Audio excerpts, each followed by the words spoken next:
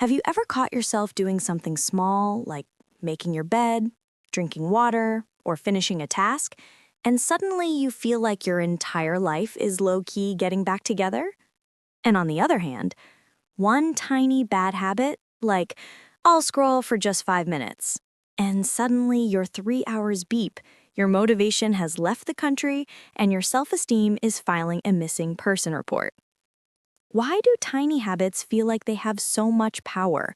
Why do small actions change how you see yourself? Today, we're talking about something most people never realize. Your habits are not just things you do. Your habits are slowly, quietly, rewriting who you believe you are. Yeah, your brain has been editing your identity behind your back this whole time. Let's break it down. First, your brain builds identity from repetition. Your brain doesn't care about your goals, your dreams, your Pinterest boards, or your 2 a.m. life plans.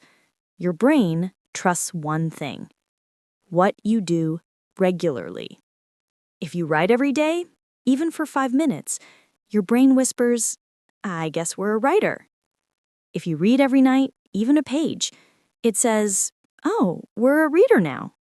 If you work out twice a week, even badly, it says, look at us being all fitness and healthy. But here's the twist. If you procrastinate every day, your brain also forms an identity around that too. If you quit when things get uncomfortable, your brain records that too. Not to punish you, but because your brain builds your identity out of patterns. Not your potential, not your wishes, not your fantasies. Your patterns. Second, your habits are votes for the person you're becoming. Think of every action as a tiny vote. When you choose to study, tiny vote. When you choose to scroll, tiny vote. When you choose to sleep on time, tiny vote. When you choose junk food at midnight, tiny vote. When you show discipline, even for 30 seconds, tiny vote. When you avoid something, also a vote. Nothing is wasted. People think identity changes with huge life events, but honestly, identity changes when small actions repeat enough times. A habit doesn't have to be big. It just has to be consistent. Third, your habits change your identity more than motivation ever will. Motivation is loud and temporary. Habits are quiet and permanent.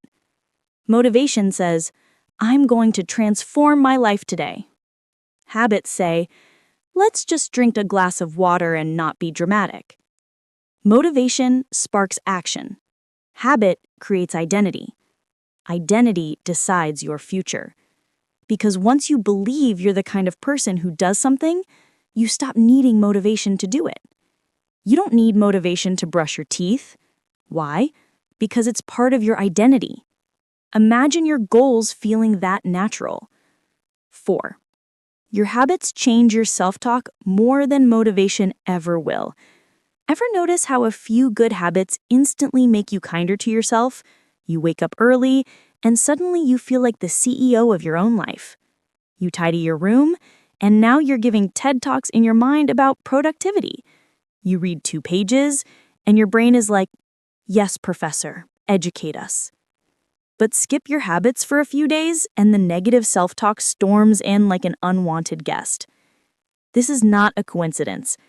Your habits directly influence how you speak to yourself. When you follow good habits, your self-respect goes up. Your confidence goes up. Your sense of control goes up. When you break habits repeatedly, your self-trust drops. You feel lost. You feel not yourself. Because habits are the building blocks of your internal narrative. They are the proof your brain uses to decide, who am I? 5. Even tiny habits can create massive identity shifts. You don't need dramatic changes. You don't need 5-hour routines, 2 a.m. alarms, or productivity rituals sponsored by monks. Sometimes your identity begins to change with things as small as making your bed, keeping one promise to yourself, drinking water first thing, spending 10 minutes learning, reading one paragraph, cleaning your desk, taking a walk, doing one push-up, writing one sentence, doing the smallest version of something hard. The power isn't in the size, the power is in the signal, I'm the kind of person who does this. Over time, these small actions stack up into a new identity that feels natural instead of forced. 6. Your identity follows your habits, not the other way around. Most people wait to feel like the person they want to be. I'll work out when I feel like a fitness person. I'll study when I feel disciplined. I'll create content when I feel creative. I'll be confident when I feel confident. But identity doesn't come first. Action comes first. You don't wait to become a reader. You pick up a book. Then your brain updates the label. You don't wait to become confident. You take small, courageous actions. Then your brain updates the label. You don't wait to become disciplined. You keep tiny promises. Then your brain updates the label. Identity is a reflection of your habits, not your hopes. 7. The scary part? Your habits shape you even when you're not paying attention. Scrolling all day isn't just a habit. It's shaping your attention span. It's shaping your patience. It's shaping your ability to focus. Overthinking isn't just a habit. It's shaping your anxiety levels. It's shaping your worldview.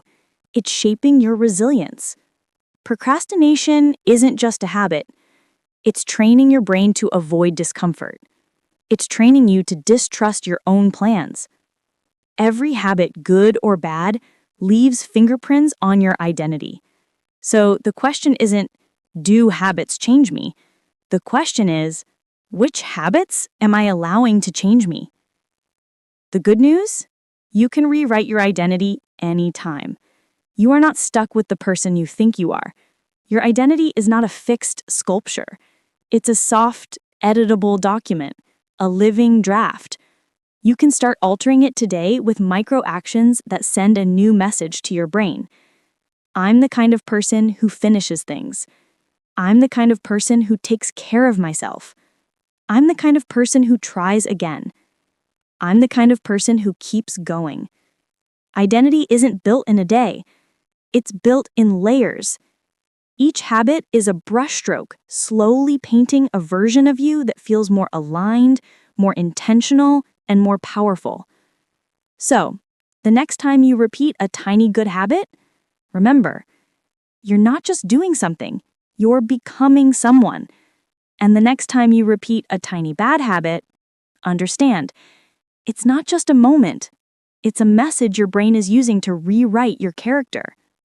Your habits are sculpting your identity every single day, quietly, consistently, inevitably. The only real question is,